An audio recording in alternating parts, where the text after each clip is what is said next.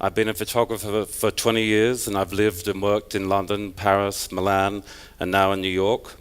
And I've shot several international campaigns and worked for top fashion magazines around the world. And today I'm here to talk to you about the role of photography to build a brand. So why photography? Photography allows someone to visualize your designs. Descriptions are one thing, but to see your vision as full and complete is another. With a visual image, you can use it for all modern communication tools and the traditional, from websites to lookbooks, to store windows to billboards. Full-page magazine ads, Facebook, Twitter, Instagram. It allows you as a designer to define your vision out of a brand. And when you work on a shoot, be involved in it. It's your opportunity to bring your ideas on style and mood to a photograph. It allows you to define the woman or man that is your brand, which then allows you to really connect with the consumer. By all means, work with the stylist, an art director, the photographer, get all the input you can. But this is your chance to bring the idea in your mind to full completion. All the details in a shoot are your opportunity to make your vision real. The hair, the makeup, the casting, the lighting, the background color, and all an opportunity to define your image. I doubt anyone imagined their work on a hanger. I'm sure you imagined your signature piece on an amazing model with incredible hair and makeup in a great location or strong and direct in the studio, where people can see that your aesthetic is full and realized. It allows you to collaborate and be involved, to be part of a great industry that generates $1.2 trillion a year. With a consistent image built over time, your brand will be well defined. You'll become part of the fashion landscape. I want to talk about this top to bottom idea. Let's have a look at one of my favorite designers, Zadek and Voltaire. This is their latest campaign, which I love. But let's start with their website, which is often your online store and where a consumer can really explore your brand further. This is a perfect place to define your look. Here on style.com, we come across a banner ad which features a great, simple, stylish photo with the right model, the right hair and makeup, the right styling for the brand. And intrigued, we click through to their website. And like all great movies, your website should open with an establishing shot, the model, the hair, the makeup, the styling, all perfect. And then we go to the lookbook page. And we see this consistency of vision. A cool girl in an urban environment, attitude in the poses, but this time full outfits. And so we're drawn into the website by the beautiful imagery. And it's time for the customer to envision themselves in the garment, time to wrap themselves in your vision, time to buy. And then this is what we're presented with. I think you'll agree that it's cold and inviting and a little uninspiring. I wonder why they stopped here. Why at the point of purchase was the vision so carefully defined and so carefully crafted no longer seen? I feel that we're thrown out of the dream and now we could be anywhere. Instead of seeing simple, clean, informative photos, we on the right model with the right hair and makeup, we have this. Here are some examples from shoots that I've done. We're able to see movement in the garment. We're able to see how it works on the body. Or something that will simply show off cut and color and texture. Or just a cool girl looking great in your clothes. By all means, be able to click through to the informative photos, but it's the consistency of vision that will help to build your brand. These images can then be used for a multitude of things. So email blasts, press releases, blog posts, even ad campaigns. It's quality over quantity. Photography can be costly, but the return of investment is great. I'd like to talk at this point about a worldwide campaign that I shot for Accessorize, which is an accessory designer out of the UK. When I started shooting with them, their windows basically consisted of flat-laid jewelry, very busy, very confusing. It was all a bit of a mess. There was nothing really to draw you in. The art director came to me and discussed the shoot, and we talked about using celebrities and top models. And here we shot with Claudia Schiffer. And this is a way of tapping into already branded people and bringing them into your campaign. It gives immediate branding to your product. We also used Heidi Klum, looking leggy and gorgeous here. Lots of product, but still clear and still direct. Here we have Sophie Dahl, looking glamorous, bright, clear, colourful, engaging photographs. We also used Misha Barton, and importantly, we did a new face each season. This is a strategic decision because we didn't want the celebrity to overtake the brand. I feel it was the consistent look and feel of this campaign, bright, bold, visible, colourful, direct photographs with a recognisable face that really put the brand on the map. You could walk down any high street in the UK and in Europe and see our photos drawing you into the store, building the brand. We also shot with Naomi Campbell, and of course when we shot with Naomi, she was 2 hours late, and then she was 4 hours late, and then she was 6 hours late. And I had to be on a plane that night back to Australia to be best man at my friend's wedding. So time was tight. But we had an amazing set designer who did a fantastic job, and so I was able to set up each shot and rehearse each shot individually. The hairstylist was also able to have her hair done because Naomi always wears wigs. She finally arrived, but we only had 2 hours to shoot the entire campaign. But she was incredible, and every frame was amazing. And thus is the good and the bad of the supermodel. They may turn up 6 hours late, but they'll do an incredible job. The pictures are beautiful, and when the campaign hit, again, windows, billboards, magazine ads, bus stops, they're even used as fashion spreads in magazines, were a part of the landscape in London. And there was a 400% increase in sales from the campaign. And this led to us shooting the next 6 seasons for Accessorize. I believe that our campaign had a great deal to do with this phenomenal growth. A word of warning here though. Be prepared for the success of your photos. When I shot the campaign for Caron Millen, windows were a big part of what we were doing. And the campaign was launched, and soon every piece that we shot was sold out. And then we had calls from the managers, store managers, requesting that the photos be taken down because too many people were coming into the store asking to buy those items. There are 2 lessons to take from this. When you shoot something, make sure you have enough stock.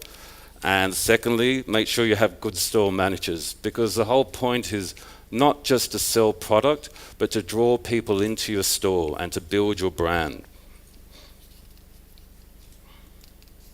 Whether you're tapping into the lifestyle of your brand or adopting an already established lifestyle, this can be a very effective way of branding. I want to look at 3 designers and how they use lifestyle to build their brand. We'll start with Ralph Lauren and Polo, one of the great American brands and one of the most successful, if Ralph's car collection is anything to go by. The lifestyle of the American aristocracy in uptown New York are all through the Ralph Lauren campaigns. From JFK to Summer in the Hamptons to the game of polo itself, Ralph's campaigns take us on a visual journey that triggers emotions and memories which we may not have even had. When you wear Ralph Lauren, you're transported to a beautiful afternoon in Southampton, to a glamorous yet traditional garden party. When you wear the clothes, you wear the campaign. And it's this sense of putting on the campaign that makes it so successful and helps to brand your product.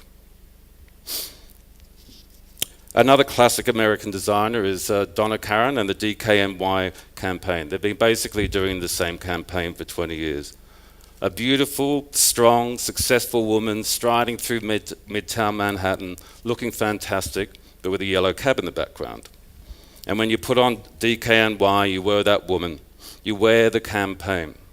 They adopted all the history and the strength and glamour of New York and attached it to their designs. Something as simple as a yellow cab, yet so iconic, you know when you are. When you wear Dkny, you're in New York City. And this mural that is on the corner of Houston and Broadway and stood there for nearly 20 years, gone now unfortunately, became so iconic it was literally part of New York City. Now let's head downtown to another favourite design of mine and relative newcomer, Rag & Bone. They've embraced the area below 14th Street as part of their lifestyle. Whether it's downtown New York or downtown London, they have a cool girl with all its downtown chic embracing her. When you wear Rag & Bone, you are that girl. Adopting a history of a place through photography is a very effective way of branding your designs. Branding is something that's built over time. It's the consistency of image, and the consistency of image has a cumulative effect in people's mind, but perhaps that history is already there. Does your brand have a history, a tradition? By all means, update it, but incorporate it. If your brand is new, incorporate your history, your traditions. Which brings me to one of my favorite campaigns that I've shot, a major brand relaunch, and one that I was very proud of. We took over the advertising and relaunch of Pringle of Scotland, and the only people wearing it at the time were golfers, middle managers, and perhaps your elderly aunt. We wanted to update it, make it cool, but keep the traditions and its intrinsic Britishness. Beautiful we started by reintroducing what Pringle was known for. Beautiful cashmere, the signature argyle, and the Pringle lion. This is reflected in the campaign and in the photographs themselves. I lit the photos to not only add drama, but to reveal the texture and to show off the texture of the fabric. You could almost feel the quality of the material. The following season, we added overstuffed chairs. The following season was the feeling of a slightly dishevelled English mansion. Overstuffed chairs, old rugs. Again, textures, Britishness, the Pringle lion, argyle, all contributing to remind people what Pringle is known for. We then wanted to incorporate what I believe defines British style, and that's the music, fashion, and photography of the late 60s and early 70s. I was inspired by the relationship between Paul and Linda McCartney. And here's the actual mood board that I used for that shoot. I love the feeling of the streets, their creativity, their love, and also they were just cool. Here we see the piano, the car, and the pony. But we never directly mentioned Paul and Linda. But I hope my photos would trigger a memory, a feeling that you'd actually seen the photos before. I was hoping that these iconic images would rub off on our brand, and it was one of the most successful campaigns we did. We continued with the British theme on our next shoot with Lily Donaldson. She was an up-and-coming model at the time.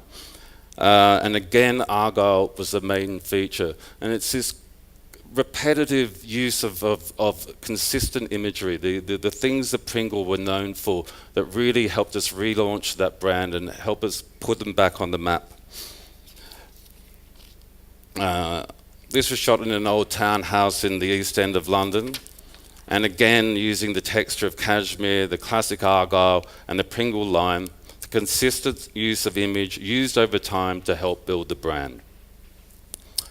And this is when I first saw our campaign on the London bus going down the King's Road. It's a very inspiring moment. It's, we were part of London. It's great to see your work up and out there in the world.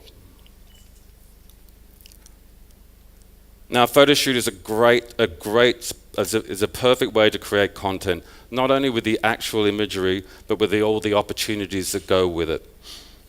Behind-the-scenes imagery has become an essential part of promoting your brand. The photo shoot has become an event. This is a shoot I did for Relapse magazine in New York. It's one of the many new magazines that are not only in print, but online. We shot in Chinatown in New York, and it was a crazy day. Which was perfect for the behind-the-scenes video that we did, which I'd like to show you now.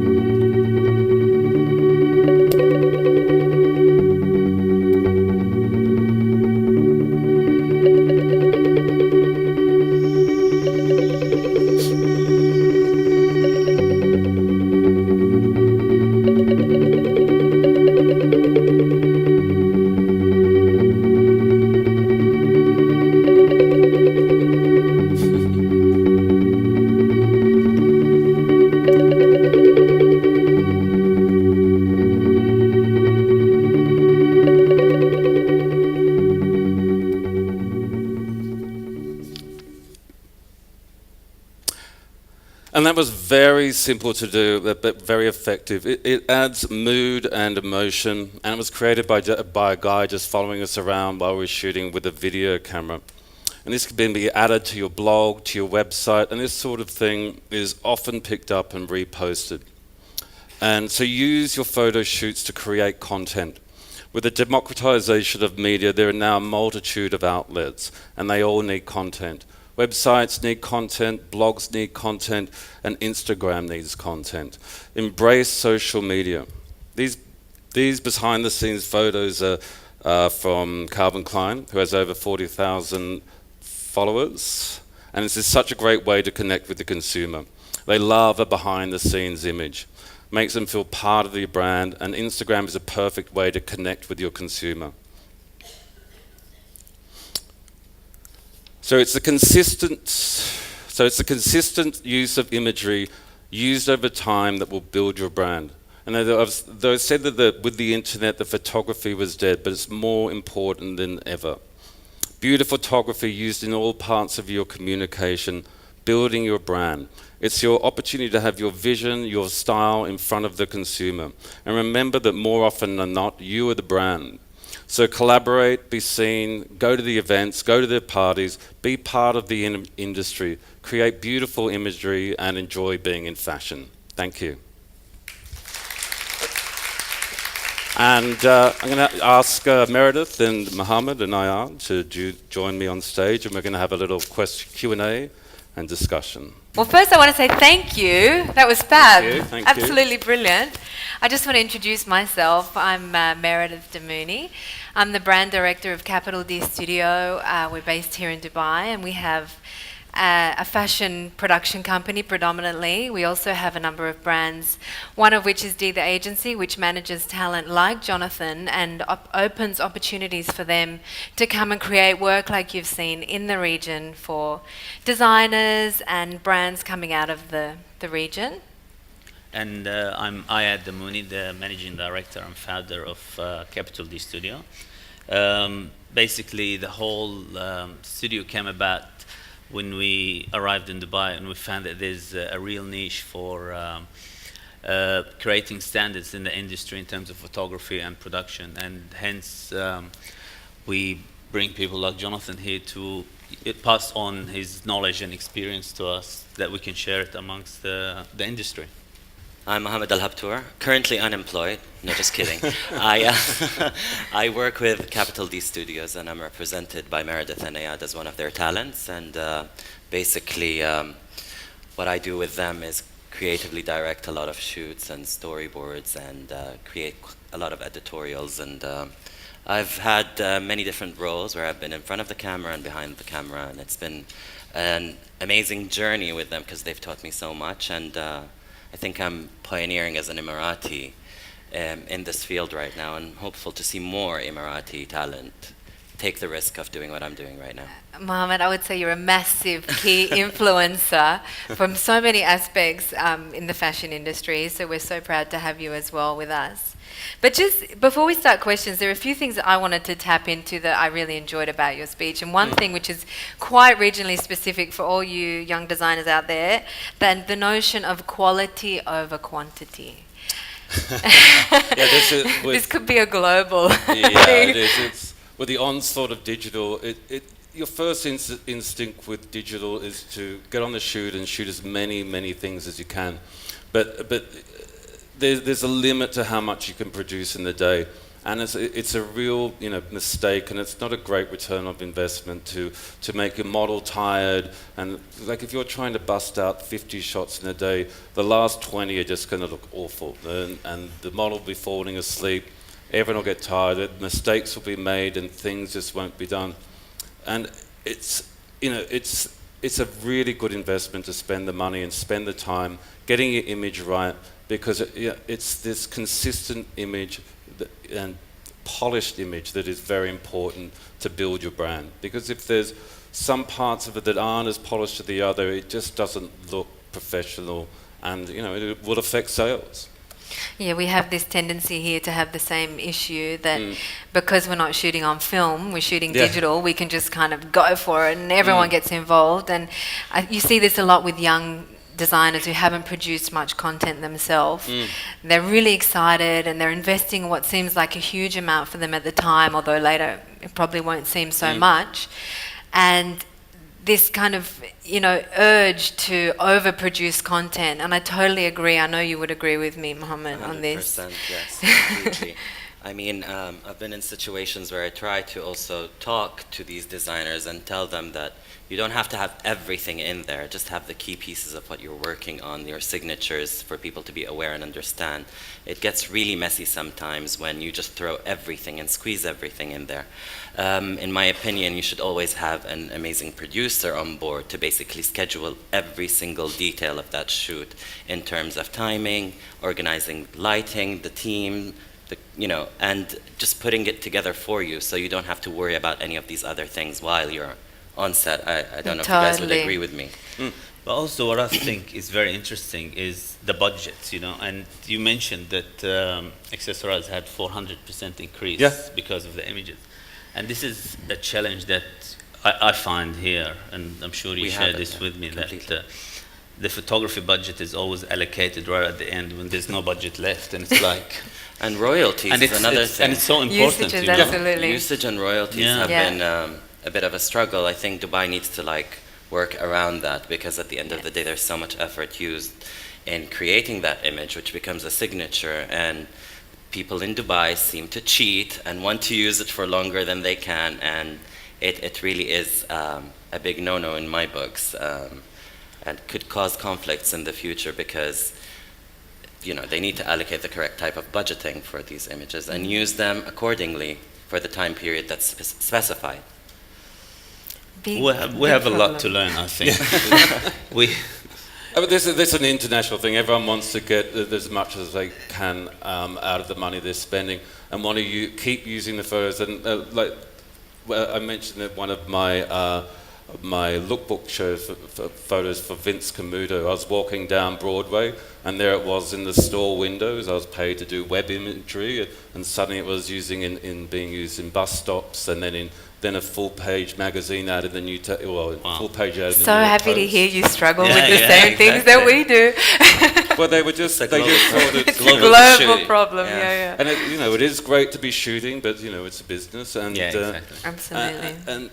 And you don't need to shoot thousands of images. And like as you said, it's editing the collection, choosing your best pieces, defining your look as a designer, and not to blow out your photographers, because it's the consistency of image. You want to go back to the same people the next season and work with them again. And it's the idea of collaborating and building your brand, and that won't happen if you change photographers each season and change teams each season because you're trying to get a deal.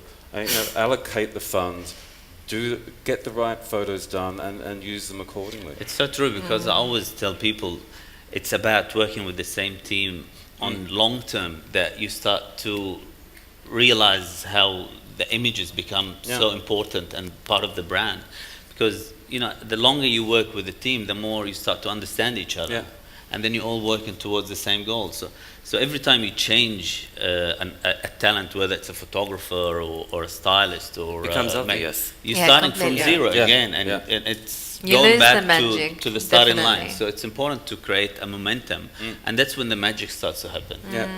I really believe it is that consistency of image, and we did have a huge increase in sales when the photos of Naomi came out in the UK with Accessorize. But we kept doing that campaign, and the windows were so visible in dark, dreary London. You could see these bright, colourful photos, and this was shown season after season. And now Accessorize is a huge worldwide brand. Of course, I take all credit for that. But you can see in the rollout of the images, campaign after campaign, and that beautiful communication that was concise. Okay, it was evolving and it was changing season to season, but the overall look and feel of all those campaigns was very coherent. And you could see, even without slapping the brand on there, you felt that it was the same story, it was the same brand story rolling out. And I think that type of communication cannot be undervalued, and that is really the creative team coming together, and that consistent creative team. And also, I think what I noticed from the images that we had a look at, that every brand related to its environment, Right. rather than trying to be European or American. And this is something for all the designers here that you have to start understand your environment, where you come from, where the brand is born, and try to create that through the imagery rather than saying And where it's going to I'm go in as well in the Dubai, future. but I want Yeah, a have pride European in that. look. Yeah. Yeah, it's very important to take your history as a person, as a designer, and incorporate in the brand. As you say, there's no point trying to be European. We are here, and there's a lot of history to be taken from the region, and incorporate that in your designs, into your campaigns, and but yeah. Exactly. There's something else I wanted to talk about, and that was the importance of pre-production. Yeah. I think it's also a nice thing just to address. It's something that if you've never shot a campaign before, even a lookbook, it's a very, very important part of actually, before you get into the studio, of actually understanding what everyone is bringing to the table. The process. Elements of the mood boards and the beauty direction, everyone coming together who will be working on that shoot. I mean, what do you think about pre-production? Well, it can be extremely exhausting because you're trying to convince everyone what you got from a brief, and after that, it's just trying to actually convince them this is how it's going to look without upsetting many people. I mean, I've had days where people wanted to kill me while I'm on set because it's just, I see something that they don't, and usually it's like the photographer and the stylist have to work together in convincing the person who has the product. But, these struggles are good because they only make the following shoot after that better, and you learn how to be more diplomatic with your clientele and who's going to be working with you. Honestly, I mean, I still do struggle sometimes these days because, I get a brief one day and then the next day everything has changed and I want to hang myself. But, at the end of the day, you have to extremely stick to being professional, and, everyone's going to back you, including your team.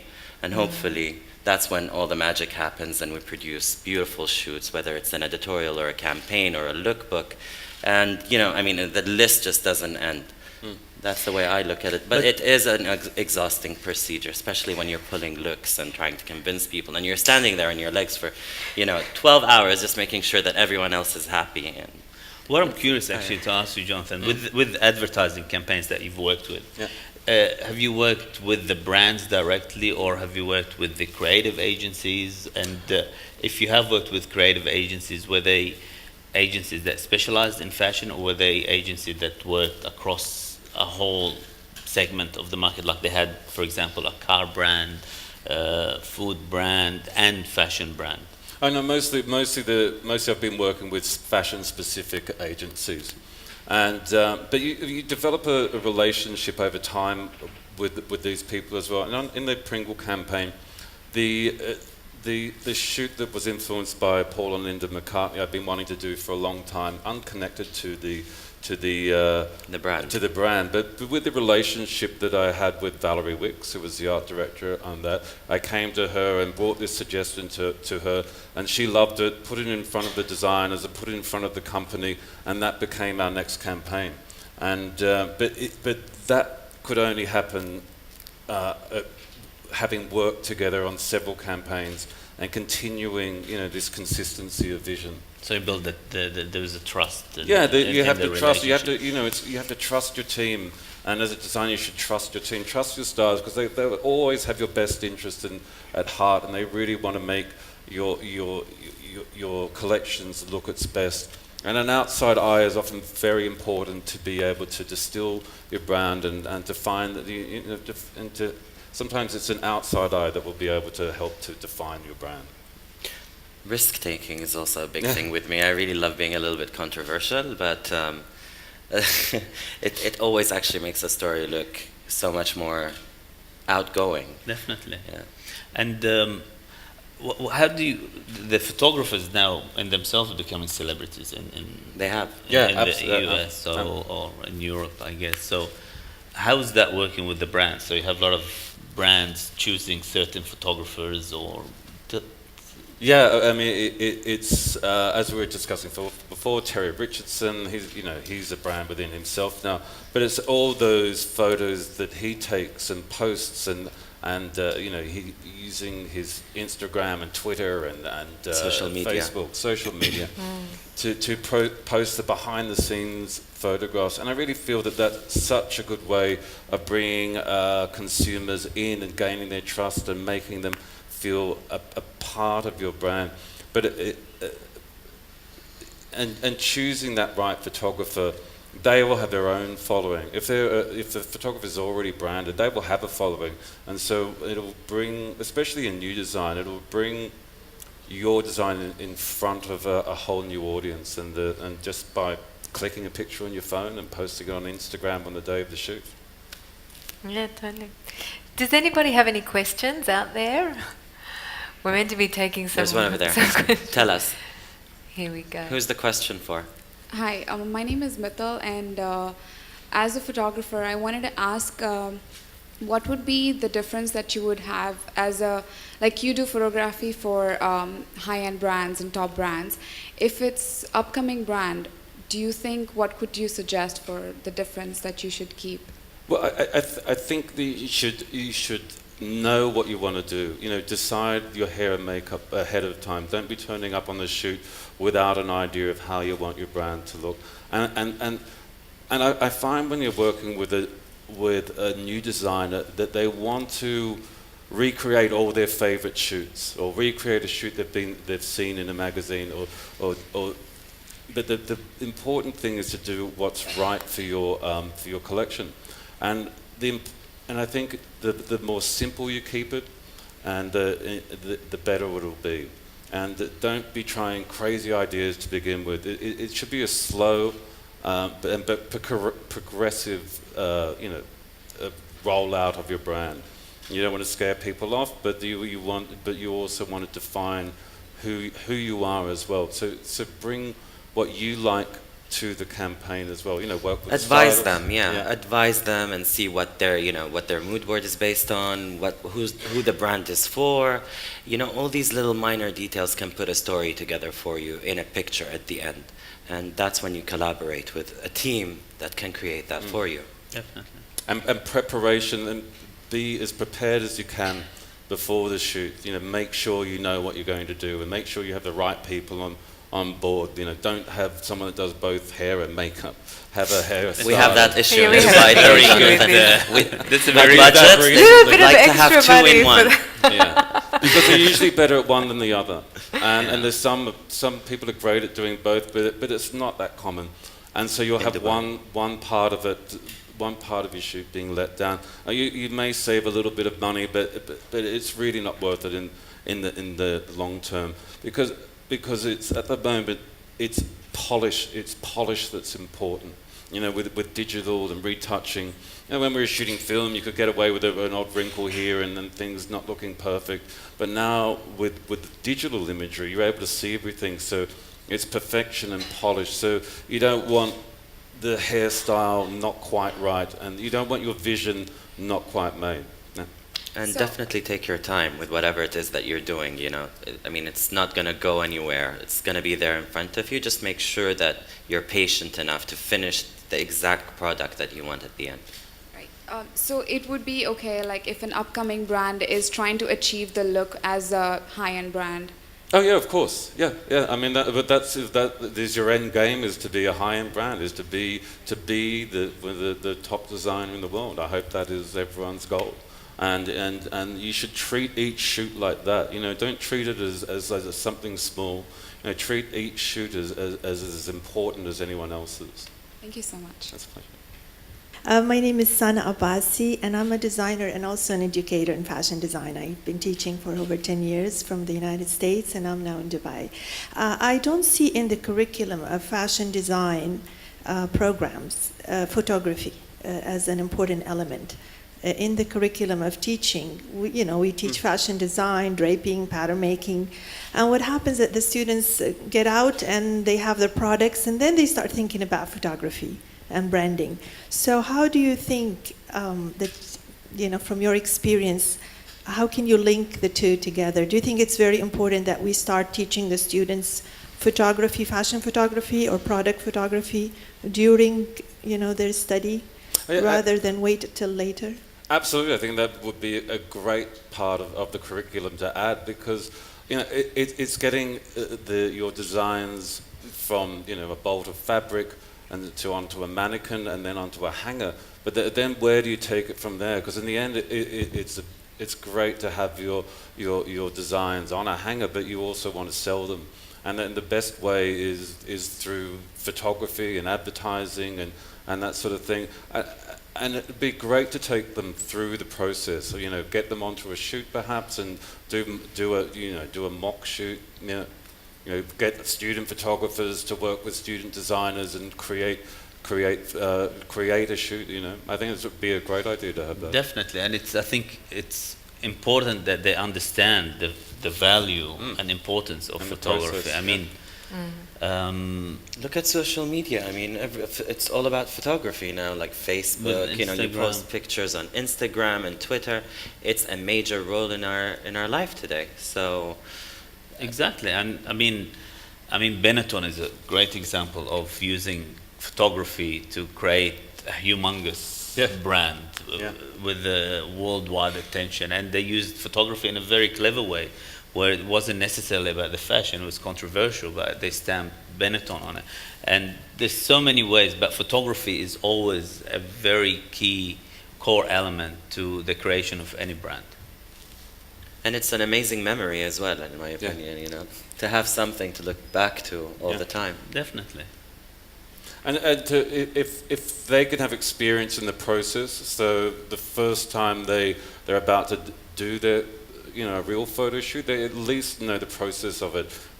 Deciding on hair and makeup, deciding on a photographer, getting the right stylist. All these things are very daunting the first time, and mistakes can be made. And I think when you're putting your first collection out there, it's very important to get these elements right. Yeah, look at portfolios, get the right advice. I mean, depending on what you have available to spend, I think if people are interested in you as a designer, you'll find creative people who understand your vision will be very happy to come on board and work with you to get, if they believe in you, they will get behind you. We do this all the time.